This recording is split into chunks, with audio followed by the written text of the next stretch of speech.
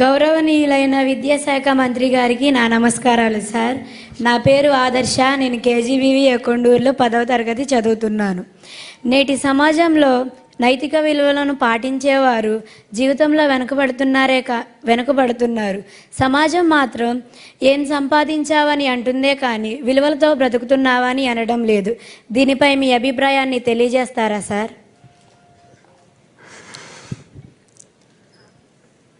మా సక్సెస్కి short cut లేదు. ఇప్పుడు గౌరవ ముఖ్యమంత్రి గారితో కూడా ఈ విషయం నేను అనేక సార్లు చర్చించా. చిన్న వయసులో కూడా చర్చించా. అనేక సందర్భాల్లో మేము మాట్లాడుకున్నాం. ఫ్యాక్షనిజం గురించి, ఫ్యాక్షన్ రాజకీయాల గురించి మాట్లాడాం. రాజకీయాల్లో రావాల్సిన నైతిక విలువల గురించి మాట్లాడాం.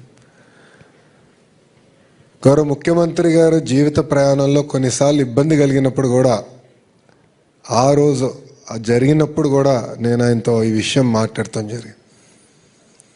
కానీ చివరిగా ఒకటే చెప్తున్నా తల్లి, సమాజంలో ఏ మార్పు అయితే మనం ఆశిస్తున్నామో అది మనం ముందల పాటించాలి. అందరూ తప్పులు చేసి ముందలకి వెళ్తున్నారు, మనం కూడా తప్పులు చేసి ముందలకి వెళ్దాం అనుకుంటే మటుకు వ్యక్తిత్వం అనేది ఉండదు. అది గురువుగారు చెప్పినట్లు ఈరోజు అది మియర్లీ టెంపరరీ.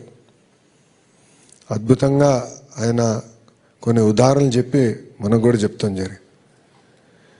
నేను కూడా నా జీవిత ప్రయాణం నేను టైం టు టైం రిఫ్లెక్ట్ అవుతూ ఉంటాను. చాలామంది ఏమన్నారంటే, కొంచెం కంచుకోట లాంటి నియోజకవర్గంలో నువ్వు పోటీ చేస్తే సులభంగా ఉంటుంది కదా, నీకు ఎందుకు ఇవన్నీ అని నన్ను చాలామంది అన్నారు. 24 ఎన్నికల్లో కూడా చాలామంది 2 సీట్లో పోటీ చేయి, నీకు ఎందుకు ఇది కాంప్లికేషన్ అన్నారు. కానీ నా పైన నాకు నమ్మకం ఉండే. గురువుగారు అన్నట్టు ముందర మనపైన మనకు నమ్మకం ఉండాలి, ధైర్యం ఉండాలి. ఎస్, నేను చేస్తాను, నేను సాధిస్తాను, అప్పుడే నేను అనుకుంది నేను చేయగలుగుతాను. అది మనందరిలో అవసరం. ఇప్పుడు దారిలో మనలో భారతీయుల్లో ఒక ఇబ్బంది ఉంది. గురుగారు అన్నట్టు మనమే మన చెత్త రోడ్డు పైన వేస్తాం. ఇదే భారతీయులు అమెరికాకి వెళ్తే ఏరే అంటే ఎంత అన్యాయం చూడండి ఇది. సో మీరు అన్నట్టు షార్ట్ కట్ ఉంది, చెత్త వేస్తారో వెళ్ళిపోతారు. కానీ ఎవరైతే నిలబడి లేదు ఇది కరెక్ట్ కాదని ఉంటారో, లేదంటే ఎవరి కారులో అయితే చిన్న చెత్త బుట్ట పెట్టుకొని ఆ చెత్తంతా దాంట్లో వేసి తిరిగి మళ్ళీ ఇంట్లో పెట్టి మళ్ళీ పారిశుద్ధ కార్మికులు వచ్చినా లేదంటే రీసైక్లింగ్ సెంటర్ తీసుకెళ్తారో వాళ్ళే ఆదర్శంగా నిలబడతారు. ఇది మనలో రావాలి తల్లి. అప్పుడే సమాజాన్ని మనం మార్చగలుగుతాం. లేదంటే సమాజంలో ఒకరు అవుతాం. దేశాన్ని అప్పుడు ఎవరు బాగు చేయలేరు. మొన్న కాన్వకేషన్ జరిగింది పుట్టపర్తిలో. అక్కడ స్పీచ్కి ప్రిపేర్ అయ్యే ముందల భగవాన్ సత్యసాయి ఆయన మాట్లాడిన చాలా విషయాలు నేను చూశాను. ఆయన ఒకటి అన్నారు, హెడ్, హార్ట్ అండ్ హ్యాండ్. అంటే ఐక్యూ హెడ్ ఇస్తుంది, ఈక్యూ అంటే ఎమోషనల్ కోషంట్ హార్ట్ ఇస్తుంది, సమాజానికి ఎప్పుడు సేవ చేయాలనేది హ్యాండ్ ఉండాలని ఆయన పదే చెప్పారు. నాకు బాగా నచ్చింది, నా మనసులో అతుకుపోయింది అది. ఇది మనందరం నేర్చుకోవాలి తల్లి. అంతేగాని ఎవరో ఒక్కరు షార్ట్ కట్ వల్ల పైకి వచ్చారని మనం మటుకు అనుకుంటే టైం విల్ ఓన్లీ షో. వాళ్ళు అక్కడ నిలబడేదానికి హక్కు ఉండదని. ప్రకృతి ప్రజలు ఒప్పుకున్నా సమాజం ఒప్పుకున్నా ప్రకృతి ఒప్పుకోదని నేను బలంగా నమ్ముతా తల్లి. సో అది మనందరం గుర్తుపెట్టుకోవాలి. దయచేసి very long answer for straight question. Thank you sir. Thank you so much. మరి పెద్దలు చెప్పినటువంటి అంశాలు మీకు అర్థమవుతున్నాయని, మీరు అర్థం చేసుకోగలరని, మున్ముందు వాటిని పాటిస్తారని భావిస్తూ తదుపరి ప్రశ్న అడగటానికి సిద్ధంగా ఉన్నారు. వాళ్ళని మాట్లాడవలసిందిగా కోరుతున్నాం. గౌరవనీయులైన బ్రహ్మశ్రీ చాగంటి కోటేశ్వరరావు గారికి నా నమస్కారములు. నా పేరు శుభశ్రీ. నేను విఎంఆర్ఆర్ ఎంసీ స్పెషల్ గర్ల్స్ హై స్కూల్లో 9వ తరగతి చదువుతున్నాను. నేటి తరం విద్యార్థులకు స్వీయ నియంత్రణ యొక్క ప్రాధాన్యతను మీ మాటల్లో తెలియజేస్తారా గురువుగారు? స్వీయ నియంత్రణ నేను ఒక్క మాట చెప్తానమ్మా, నీకు తేలికగా అర్థం అవడానికి. ఒక కారు ఉందనుకో, ఎందుకు వాడతాం? నేను నడిచి వెళ్ళడం చాలా కష్టం, ఎక్కువ దూరం అనుకుంటే తేలికగా సౌకర్యంగా వేగంగా వెళ్ళడానికి కారు ఎక్కుతాను.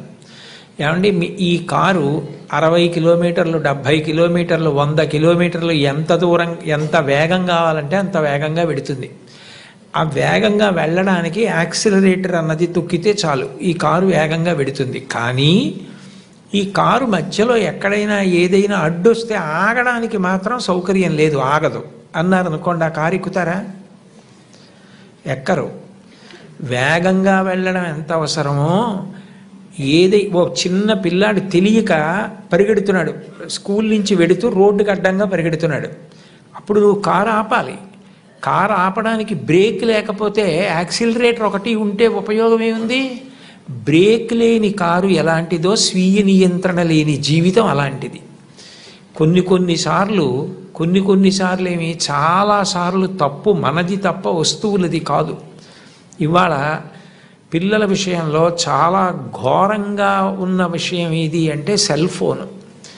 సెల్ ఫోన్ తప్పేముంది? సెల్ ఫోన్ని ఆధారం చేసుకుని మీరు ఎవ్వరిని అడగకుండా రూట్ మ్యాప్ పెట్టుకుని చక్కగా క్షేమంగా మీరు గమ్యాన్ని చేరుకోవచ్చు.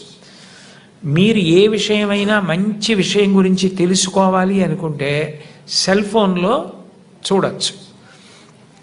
మీరు ఎక్కడ ఉన్నా కూడా మీ వాళ్ళతో మాట్లాడచ్చు, సంక్షిప్తమైన సందేశం పెట్టచ్చు. అవతల వాళ్ళు ఫోన్ ఎత్తలేదు అంటే ఓ సందేశం పెట్టి వదిలేయచ్చు. కానీ మీరు పక్కన తల్లి తండ్రితో కూడా భయపడిపోయేటట్టుగా, అందులో అక్కర్లేని విషయాలు రాత్రిళ్ళు చూస్తారేమో అని తల్లిదండ్రులు బెంగ పెట్టుకునేటట్టుగా సెల్ ఫోన్ వాడితే సెల్ ఫోన్ది తప్ప మంది తప్ప? సెల్ ఫోన్ పట్టుకుని 2 వీలర్ మీద వెడుతూ చెవి దగ్గర జబ్బమికి మధ్యలో నొక్కి పెట్టి మెడ వంచి డ్రైవ్ చేస్తే సెల్ ఫోన్ది తప్ప మంది తప్ప? సెల్ ఫోన్ ఏం చేస్తుంది? ఒక మోటార్ సైకిల్ మీద ఒక తల్లి తండ్రి, వెనక 2 పిల్లలు, ముందు 2 పిల్లలు, 4 సంచులు తగిలిస్తే మోటార్ సైకిల్ తప్ప, తొక్కిన వాడిది తప్ప?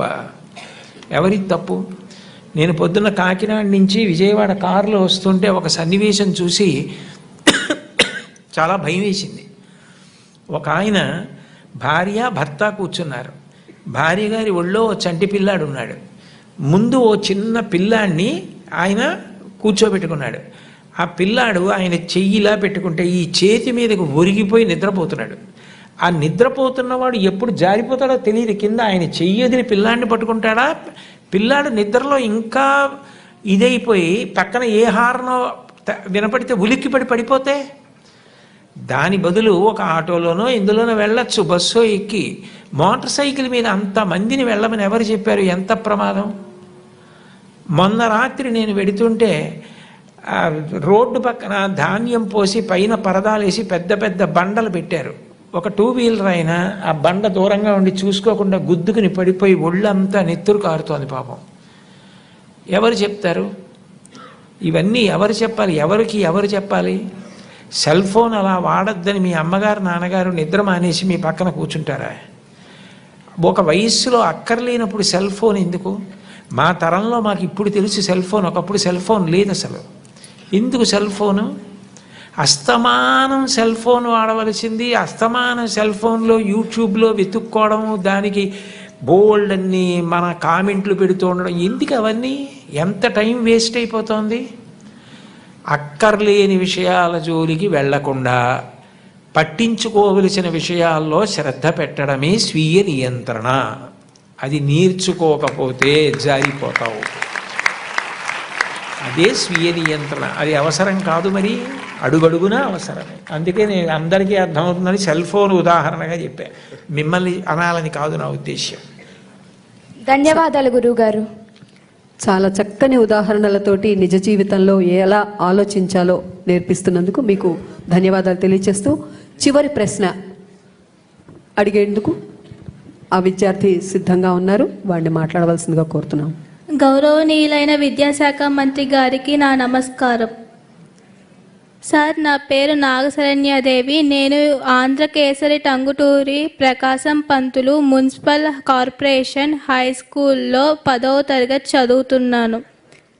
సార్, సినిమా సోషల్ మీడియాలో అసభ్యకర ప్రవర్తనలు, ముఖ్యంగా మహిళలపై అనుచిత వ్యాఖ్యలు చేసేవారిపై ఏవైనా చర్యలు తీసుకుంటారా సార్?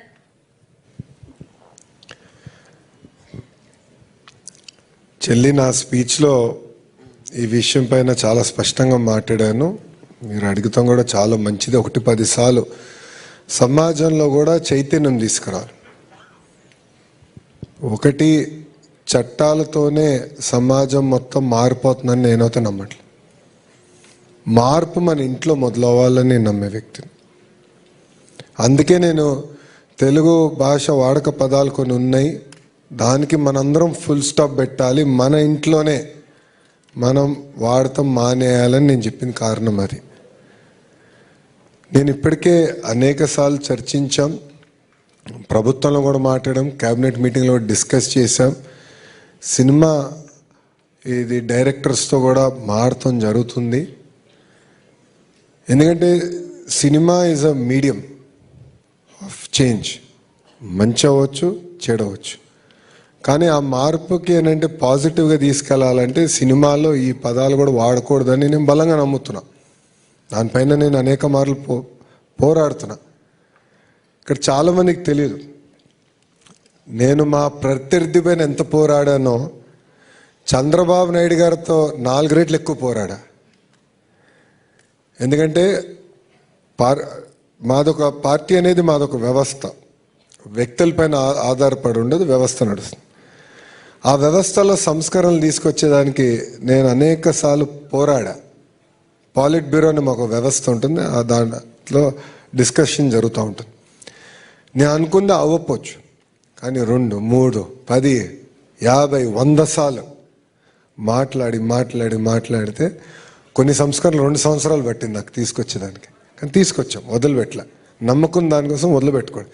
అదేవిధంగా సినిమాలో కానివ్వండి, వెబ్ సిరీస్లో మహిళల్ని కించపరిచే విధంగా మాట్లాడేదానికి లేదు, ఉండకూడదు, ఆ పదాలు వాడకూడదని బలంగా నమ్మే వ్యక్తిని నేను. దానికి నేను అహర్నిశలు పోరాడతాం. రెండోది ఇక్కడ చాలా ఇంపార్టెంట్ ఇష్యూ.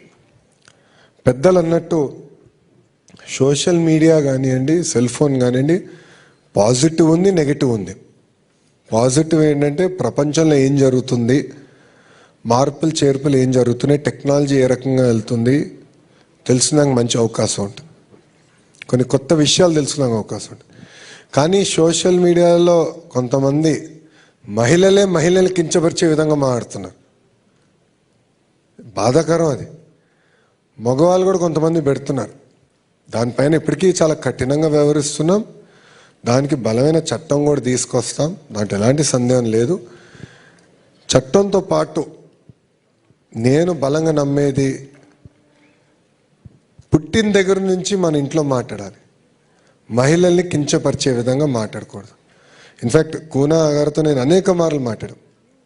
కేవలం ఇప్పుడు నైతిక విలువలపైన గురువు గారు రూపొందించిన పుస్తకాలు కేవలం పాఠశాలల్లోనే కాదు, ఇంజనీరింగ్, పిహెచ్డి చదివే పిల్లలు కూడా, పిహెచ్డి చేస్తున్న పిల్లలు కూడా కంపల్సరీ వాళ్ళు తెలుసుకోవాలి, అది ఎంగ్రేన్ చేయాలి. ఇప్పుడు నేను ఉన్న చట్టాలు చూసి కాదు నేను మహిళలను గౌరవించాను. మా ఇంట్లో మాకు నేర్పించారు. మా సొంత ఇంట్లో మా నాన్నగారు అమ్మగారు పైన ఎట్లా మాట్లాడతారు, ఎంత గౌరవిస్తారు, ఇది నేను చూసి పెరిగిన వాడిని. సో నరనరాల అదే ఉంటుంది, అదే బ్లడ్. సో ఇది ఒక పక్కన చట్టాలు, ఇంకో పక్కన ఇంట్లో కూడా పాఠాలతో పాటు ఇంట్లో కూడా ఎట్లా ఉండాలి, మహిళల పట్ల ఎలా ప్రవర్తించాలనేది మేము బలంగా తీసుకెళ్లాలనే ఆలోచనలో ప్రభుత్వం ఉంది. థ్యాంక్ యూ చెల్లి. Thank you sir. ఇంతటితో ప్రశ్నోత్తరావళి ముగిసింది. మరి ప్రస్తుతం సన్మాన కార్యక్రమానికి సంసిద్ధం కావాల్సిందిగా ఆహ్వానం తెలియజేస్తున్నాం. మరి ఇప్పటి వరకు కూడా అనేక పుస్తకాలతో తన మస్తకాన్ని నింపుకుని, ఆ మస్తకాన్ని మాటలతో పట్టుకుని మనందరికీ అనేక ఉదాహరణలతో అనేక సందర్భాలను సవివరంగా, సహేతుకంగా, ధర్మబద్ధంగా బోధించినటువంటి మహాజ్ఞానిగా, మరి విఘ్నులు, ప్రాజ్ఞులు, సర్వజ్ఞులు, బ్రహ్మజ్ఞులు, ధర్మజ్ఞులు, వేదజ్ఞులు, విద్వజ్ఞులు, దైవజ్ఞులు, రసజ్ఞులు శ్రీ బ్రహ్మశ్రీ చాగంటి కోటేశ్వరరావు గారికి సత్కారం చేయబోతున్నారు. మనం కూడా చేతులతో కరతాళ ధ్వనులు చేస్తూ ఈ కార్యక్రమాన్ని కన్నుల పండుగగా వీక్షిద్దాం. మరి దాంట్లో పాలు పంచుకుంటున్నటువంటి పెద్దలందరి చేతుల మీదుగా ఇప్పుడు ఈ సత్కార కార్యక్రమం జరగబోతూ ఉన్నది.